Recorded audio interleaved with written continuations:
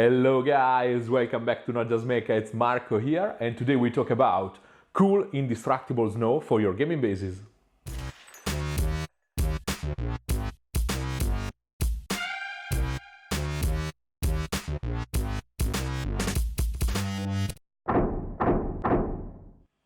A snow-covered battlefield is always visually very interesting, but it's not the easiest style you can apply to a base.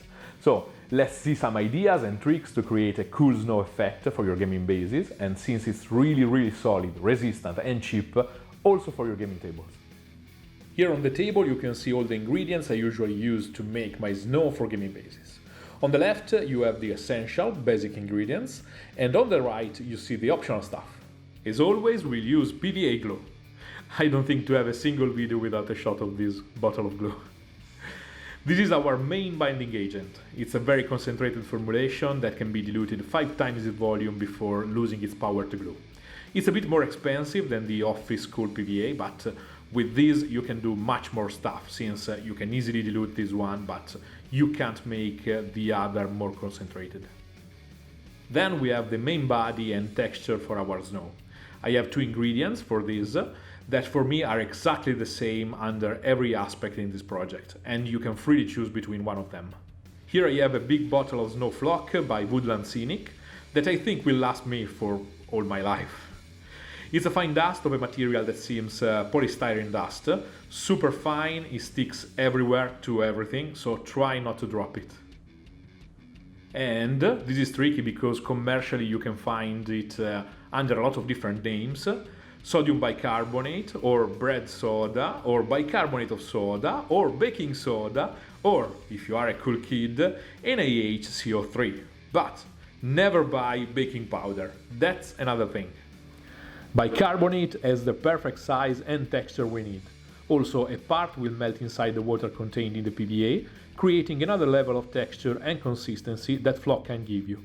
So don't feel obliged to buy some expensive product, because bicarbonate does a great job. Last mandatory ingredient, white acrylic paint.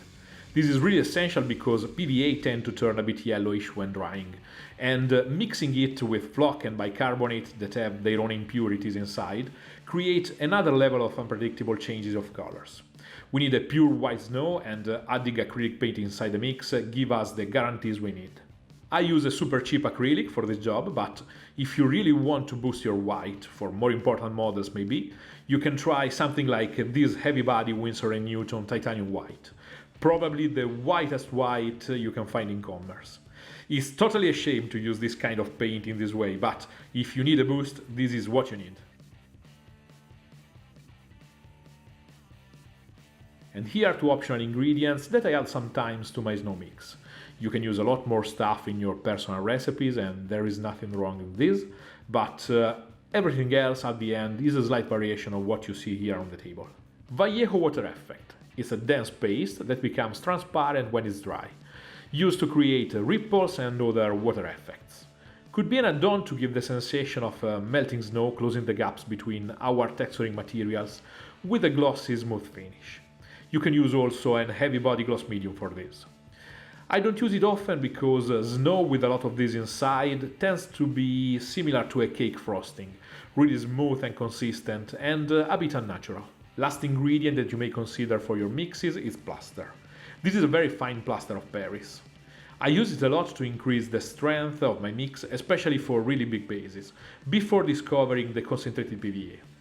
This is awesome for gaming bases because plaster increases the durability of your snow exponentially, compensating for the weakness of a standard PVA.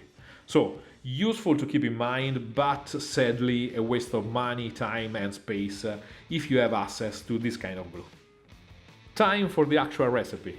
My base is 1 part PVA, 1 part texture flock or bicarbonate, it's really the same, totally the same, and 1 part acrylic paint. Super simple.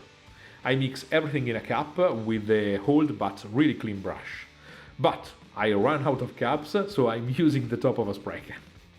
Use something that you can throw away because this stuff is super annoying to clean.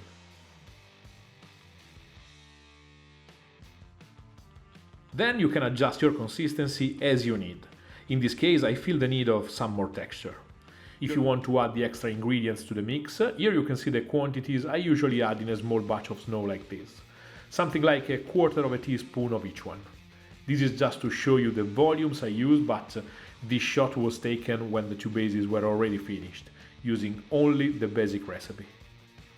If you're looking for something playable but quite solid, able to stand by itself, and able to stick to a surface like this. I'm ready to apply the mix to the bases I made in the previous video. Check out the link if you want to know how I made them. And I have a couple of dry, clean brushes to do the job. We don't want any impurity in the mix now. The real secret for a cool snow is not in the ingredients, but in the way you apply the mix.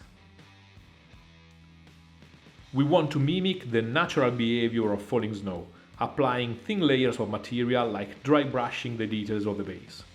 My brush is loaded with the mix, but I just touch the upper part of every detail, very slowly and very gently. I'm trying also to move the brush always in the same direction, to give the idea of a wind pushing the snow with a precise angle, so the details will catch the mix in a coherent way.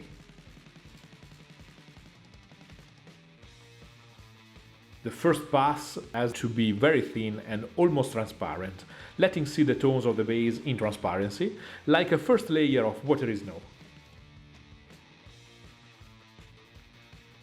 Working this way, the tones will naturally blend together, and you have the total control of the quantity of snow you are putting on the base. I'll keep adding the mix to show you different possible stages of this imaginary snowfall, but you can stop whenever you want as soon as you like the result.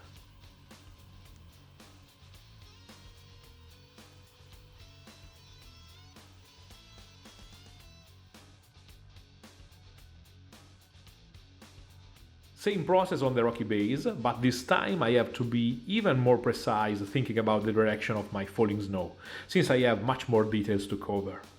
On the front, I'm imagining a low wind pushing the snow into the crevices and shapes of the rock. So I move the brush to catch the hard edges, and I push the mix inside the details.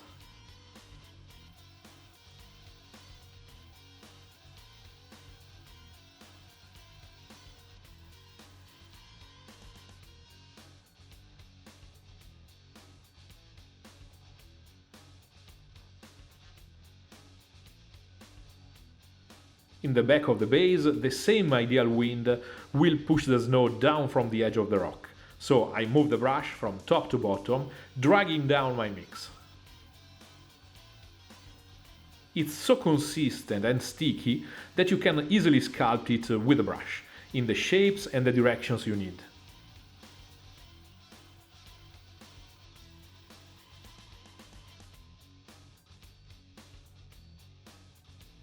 Again, I work gently layer by layer, increasing slowly the thickness of the snow.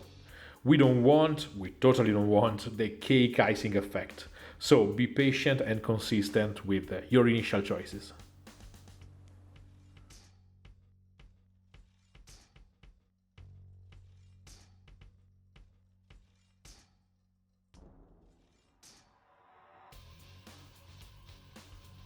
I left the bases to dry overnight, and this is the result in the morning.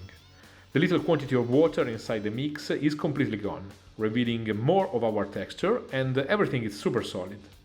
It's difficult to see the base now in camera because of the high contrast with all this white, but in person it's still easy to see here and there the colors of the base.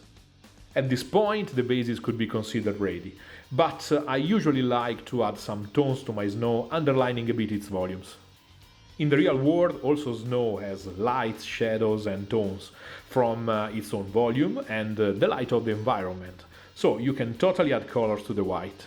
Here I choose cerulean blue and deep violet for a cold comic style effect. They are super diluted, more a dirty water than a proper paint, because every tone pops immediately out when on top of this kind of white. And still, the plan was to be subtle. Totally optional and subjective step, I gave a coat of pure gloss varnish, just because the extra shine can work well with this style of fairy tale snow. And here is the final result. As always, for my gaming bases, and I'm really proud of that, totally indestructible.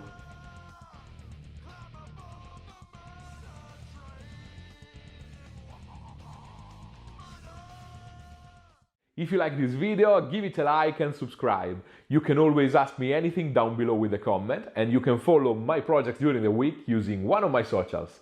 See you next week, guys.